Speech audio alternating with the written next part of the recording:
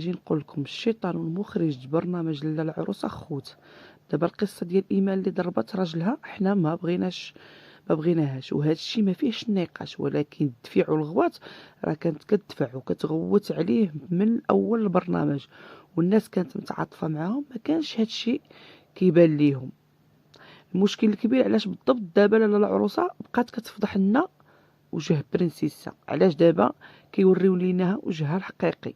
حيت الناس خرجت كتقول نقاطعوا البرنامج الا خرجت طنجة، ودابا حنا هما الضحيه، وبغاو يلعبوا بينا، يوريونا الوجه الخايب من بعد ما كانوا كيوريونا الوجه الزوين تاعها. ايمان في نظريتكم دابا واش ممثله ولا ضحيه؟ اجيو جاوبوني، نجاوبكم انا واجي نقول لكم الحقيقه. هذه هي البدايه واجي تعرفوا واش واقع. الانتاج خاف وقرر يفضح ايمان، وداك الشيء علاش عطاها انها تكون هي مولاة الدار، حيت عارفه غتنتقم منهم كما في الاول دوزوها عليها. والمشكل الكبير باش يطيحوها في الفخ قالوا لها طفينا الكاميرات، حيت هي شافوها وكيتفرجوا فيها وعارفينها عصبيه وعارفينها كتعامل مع راجلها هكاك. والمشكله الكبيره هو مولف معاها، يعني داكشي في حياتهم الشخصيه هي هكاك، هي كتعاملوا بداك الطريقه، ما كتحترموش لا قدام الناس لا مور الناس، هي كتعامل معاه ديما هكاك. وهو عاجبو، هو ماشي غادي نقولوا ظريف ود الناس، هو فعلا ظريف ود الناس، ولكن راه ساذج بزاف، يعني ما خصوش يخليها تتعامل معاه هكاك سواء قدام الكاميرا سواء مور الكاميرا.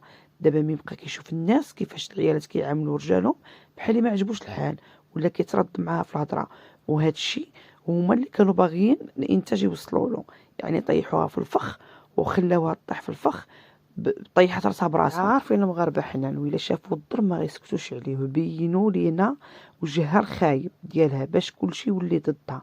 ايمان غلطت ولكن الانتاج هو اللي نصب لها الفخ من الاول، عطاها الدار تحكم فيها وهو عارفه غادي تنقز باش يدير المشاهدات راسو وما يكونش مقاطعه للبرنامج، والناس من تخرج يقولوا فيها.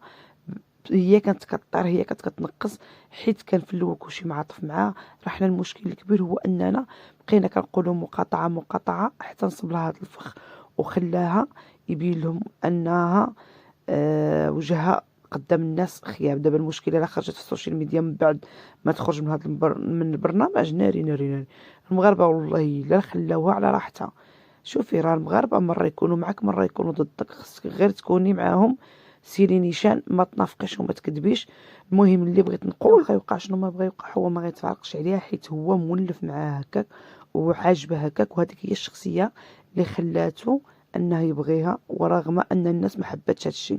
الى فيديو قادم.